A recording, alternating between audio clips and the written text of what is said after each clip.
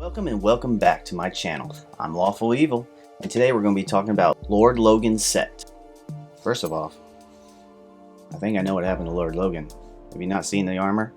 He's got cut across here, completely missing, cut across here, punctured right along here. Lord Logan didn't have a good day, but lucky for us, now we have it set. The Lord Logan set is a set you can get with the Epic Pass Season 1. Now, is it worth it? I really enjoyed the content of that pass itself. And now, because of this set, Laser now has more synergy. This set has 2 blessings based on how many pieces of the set you have. The first blessing, if you have 2 pieces of the set, and it can be any 2 pieces, it could be the helmet and the shield, the pants and the head. Any 2 pieces will activate the first blessing. Now, to me, the first blessing is the most important part. The first blessing is King's Ray. Basically, what this effect does is it gives your laser ability the effect of pushing. Now we can start comboing your laser with talents. One example is using Dazing Blast. Dazing Blast effect stuns enemies that are pushed away. Laser now pushes. That's amazing. On top of that, you can also use the Stun Slayer talent. That will double your damage to all stunned enemies.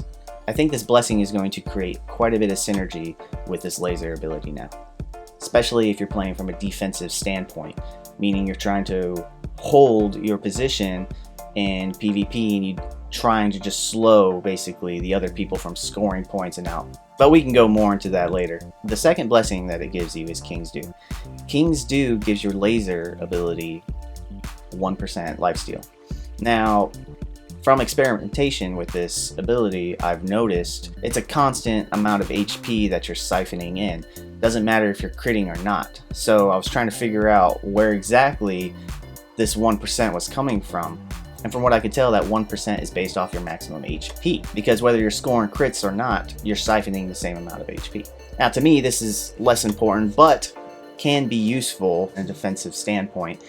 Such as when your character is being used in the arena by the computer or NPC players going up against actual real players, because we don't control our player when other people are battling them. That little bit of lifesteal could be pretty beneficial if you're playing a ranged game or playing a ranged defensive build. But like I was saying before, I think that out of the 2 effects, this is the least important. So through some experimentation while running this set through the arena a few times, I wasn't quite getting the results that I was hoping for while using it as an offensive fighting style.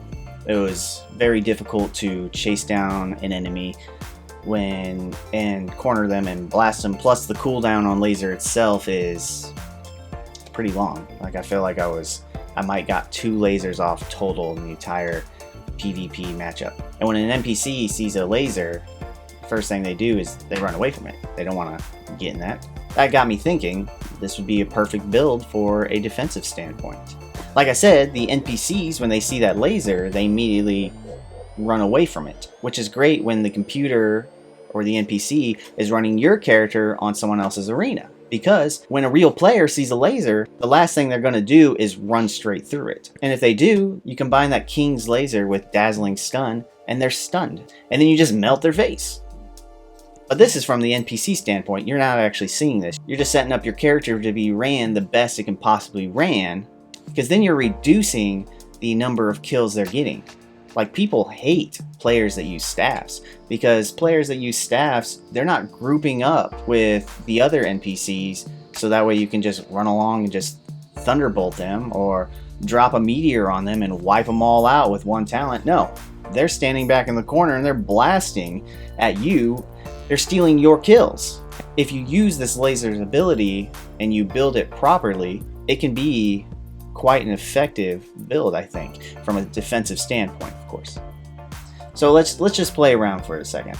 Just based off experimenting and looking up the effects of these different sets and equipment, I feel like the best thing you could possibly do is only use 2 pieces of Lord Logan's set. For those 2 pieces, it doesn't really matter which pieces you're using, unless there's of course some secondary stats on these pieces that you really like.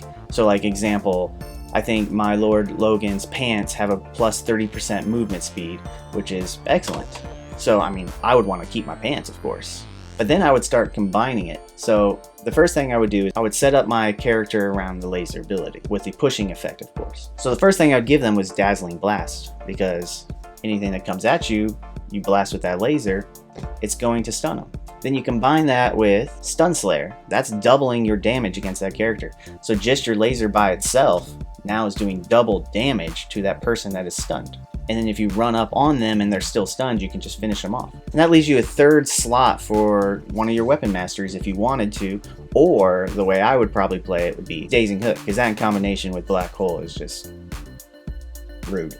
So now you're running Laser, which is pushing people and stunning them. And then I would give them Black Hole, which would be pulling people and stunning them. And then you're just doing double damage to them every single time.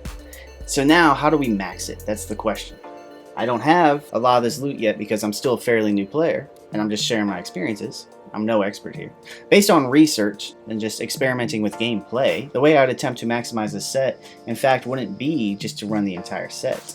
That lifesteal to me just isn't that special, isn't that great. So what I would be doing is I'd be running 2 pieces of the set. Just trying to get that King's Ray effect, because right there, that's where you're going to get your synergy.